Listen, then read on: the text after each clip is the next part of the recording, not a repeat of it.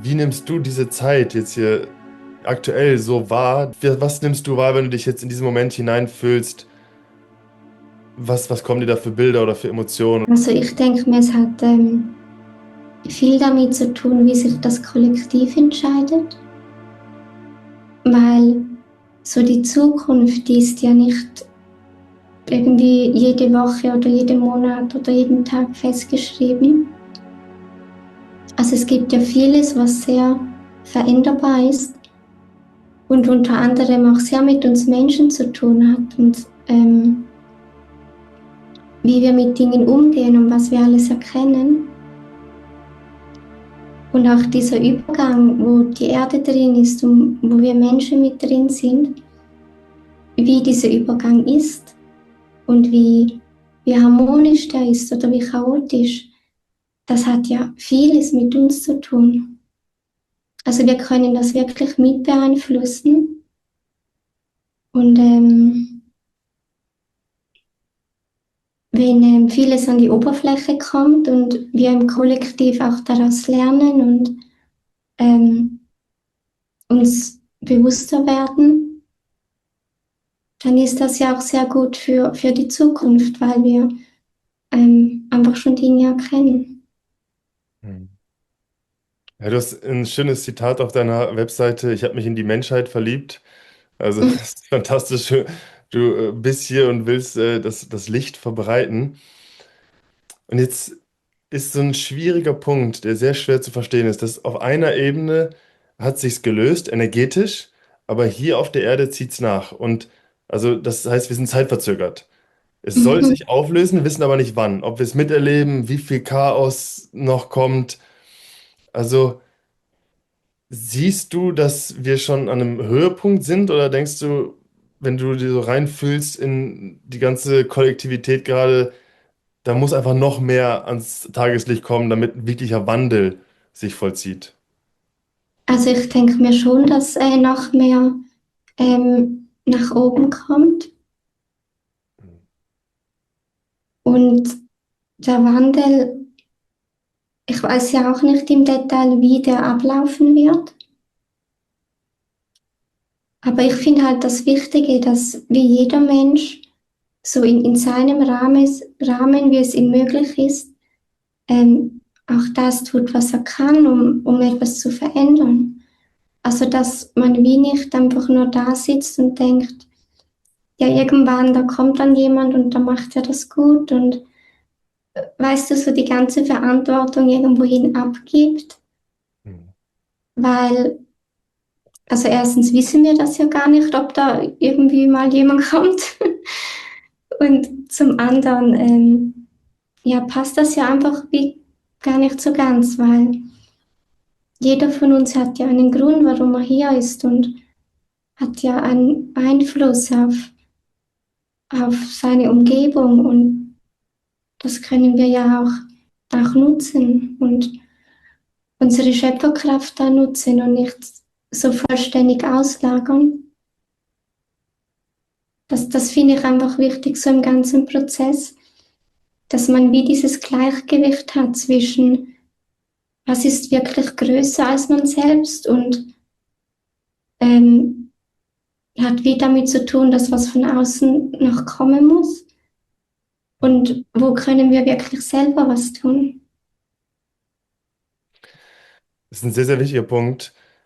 Jetzt ist es so, dass ganz viele Menschen Angst haben, die eigene Schöpferkraft zu nutzen und auch wirklich das zu tun, was ihnen entspricht. Und das stößt auch häufig auf Kritik, weil die meisten Menschen sind ja anders, die meisten Menschen tun es nicht und man sticht dann aus der Masse hervor. Du machst das sehr extrem, du stichst sehr hervor, bist sehr sichtbar und das ist manchmal auch kontrovers. Ich bewundere das sehr, wie du das machst. Ich arbeite ja mit vielen Menschen, die auch auf diesem Weg sind und viele haben sehr viel Respekt davor. Hast du irgendeinen Trick, wie schaffst du es, bei dir zu bleiben, so sichtbar zu sein und auch so klar die Entscheidung immer wieder zu treffen, die Schöpferkraft bewusst zu nutzen? Also ich denke, das hat ja viel damit zu tun, dass man ein Gefühl für sich selbst hat, weil nur wenn man das hat, dann weiß man ja, was ist der eigene Weg, was stimmt für einen Und so die Vorstellungen und die Erwartungen, die es ja immer in der Gesellschaft gibt, dass man einfach wieder darüber reflektiert und schaut, passen die zu meinem Leben? Also finde ich die wirklich gut oder nicht? Also dass man das einfach nicht ohne darüber zu reflektieren einfach übernimmt. Und wenn man jetzt ähm, seine Schöpferkraft mehr zu sich nehmen möchte, das muss ja irgendwie nicht bedeuten, dass man da im Internet irgendwie was macht. Also zum Beispiel, das muss ja nicht zwingend was mit dem zu tun haben.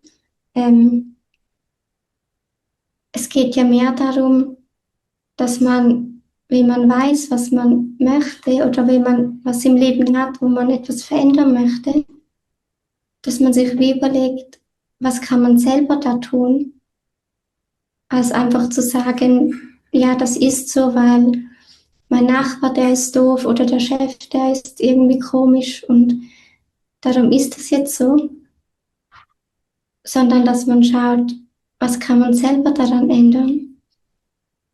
Und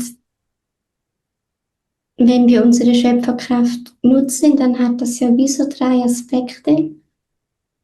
Also das eine sind unsere Gedanken, das andere die Gefühle und das andere halt die physischen Handlungen, die wir machen.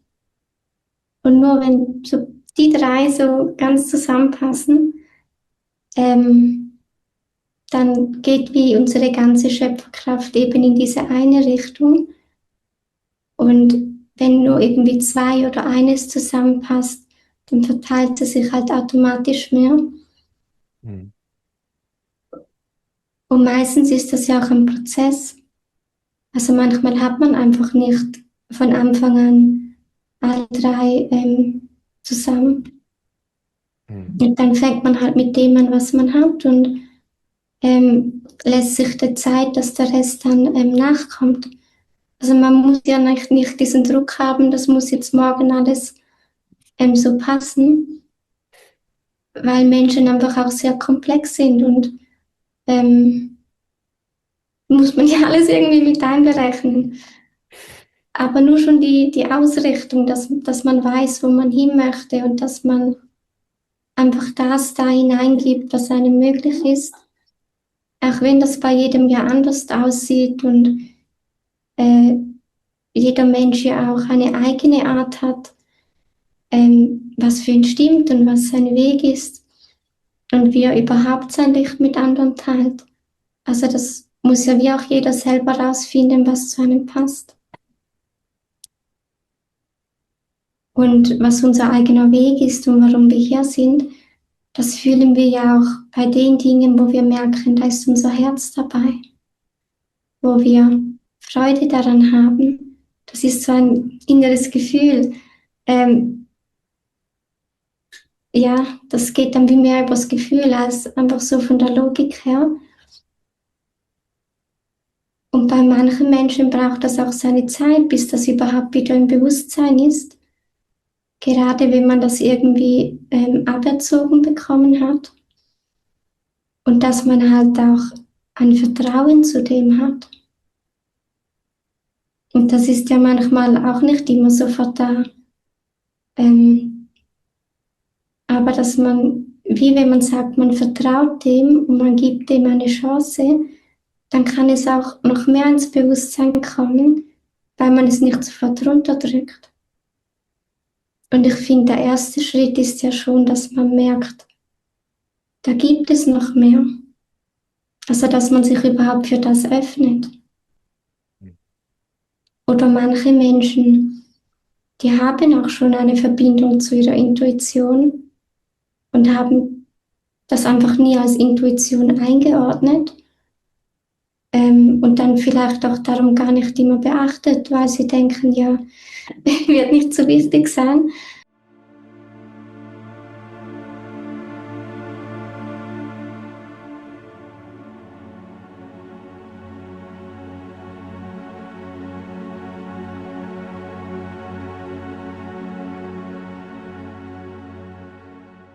Vertrauen ist so die Grundlage von einem Leben wirklich im Einklang mit dem eigenen Seelenplan.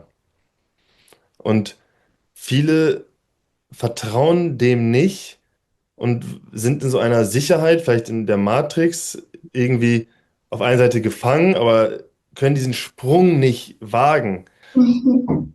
Magst du nochmal auf das Vertrauen eingehen und wirklich diesen Sprung raus, dieses Wagnis, den Mut zusammenzufassen, jetzt das zu tun, was individuell für einen gerade ansteht? Und ich denke, das ist gerade für viele im Kollektiv dran, doch viele zögern noch, ist, was ich mitbekomme, diesen Sprung oder diesen Weg wirklich einzuschlagen. Also es kann wie helfen, wenn man weiß, dass das etwas ist, was man sich ja selbst mal ausgesucht hat. Also als wir noch in der geistigen Welt waren, als Seele und noch nicht auf der Erde, da haben wir uns ja überlegt, warum komme ich hierher? Was sind so meine Stationen, die ich möchte?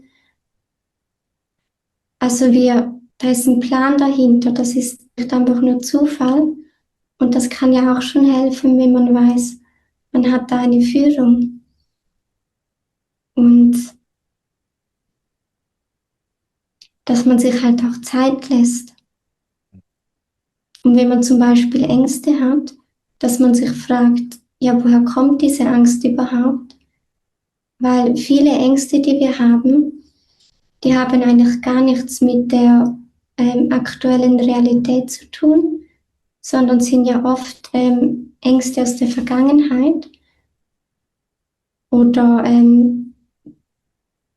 ja, manchmal sogar von der Ahnenlinie her oder durch Erziehung oder durch was auch immer. Aber oft kommen sie einfach von früher. Und dass wir auseinandernehmen können zwischen jetzt und woher es wirklich kommt, dann kann das auch schon helfen, anders mit dem umzugehen. Man kann sich alles zerdenken und das muss man wie so ein Gleichgewicht finden zwischen der Intuition und dem Verstand. Den Verstand, den brauchen wir, also wir müssen den ja nicht auflösen, aber dass er halt nicht die Führung hat. Du hast es gerade anfangs schon erwähnt, es ist wichtig, sich rauszunehmen, sich Zeit für sich selbst zu nehmen, aber das kann auch wieder ganz vieles heißen. Was ist so das, was du empfiehlst am Anfang, wenn wir wirklich diesen Kontakt zu uns selbst aufbauen wollen? Also ich finde, es kommt nicht so drauf an, wo man dafür ist. Also ob man in seiner Wohnung ist oder im Wald oder sonst wo. Das hängt ja wieder davon ab, wo man sich am meisten wirklich sich auf sich selbst konzentrieren kann. Und das Wichtige ist einfach wie, dass man sich nicht dauernd ablenkt mit einem Buch oder einem Handy oder mit irgendwas. Also dass man wirklich ohne Ablenkung bei sich selbst ist. Und wenn das nur 5 Minuten am Tag sind am Anfang, einfach, dass man wieder ein Gefühl für sich bekommt und merkt, was hat man überhaupt in sich und wie findet man gewisse Dinge.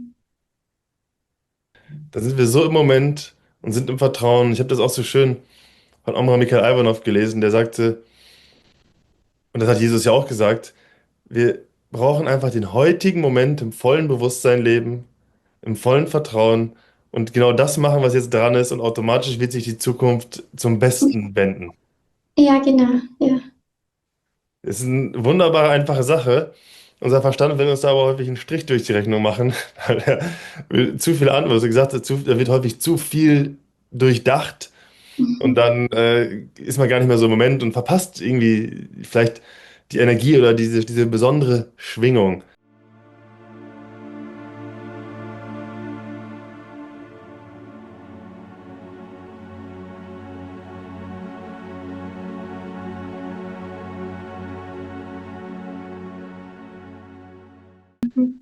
Du hast gerade das Zeitalter angesprochen.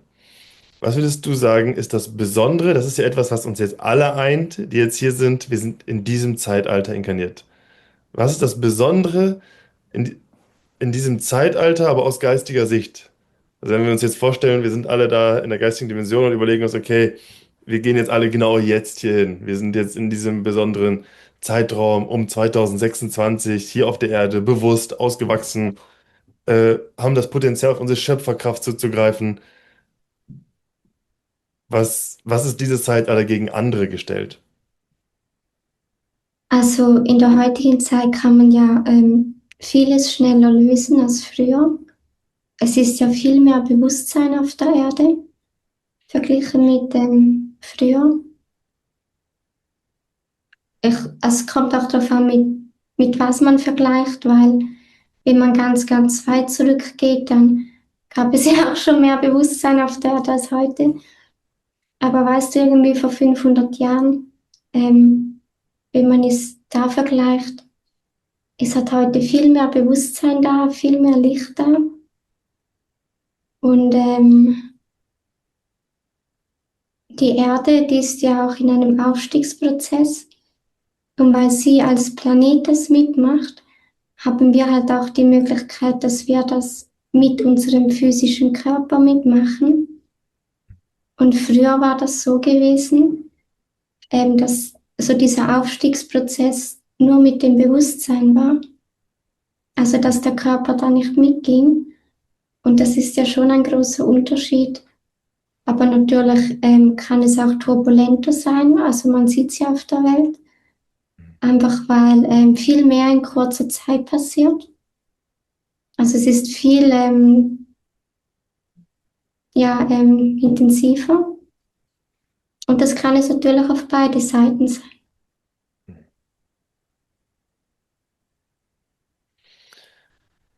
Was sind deiner Meinung nach so die größten Herausforderungen? Worauf dürfen wir achten in den nächsten Monaten oder auch Jahren, dass es für uns zum Positiven, zum Lichtvollen sich ausgeht?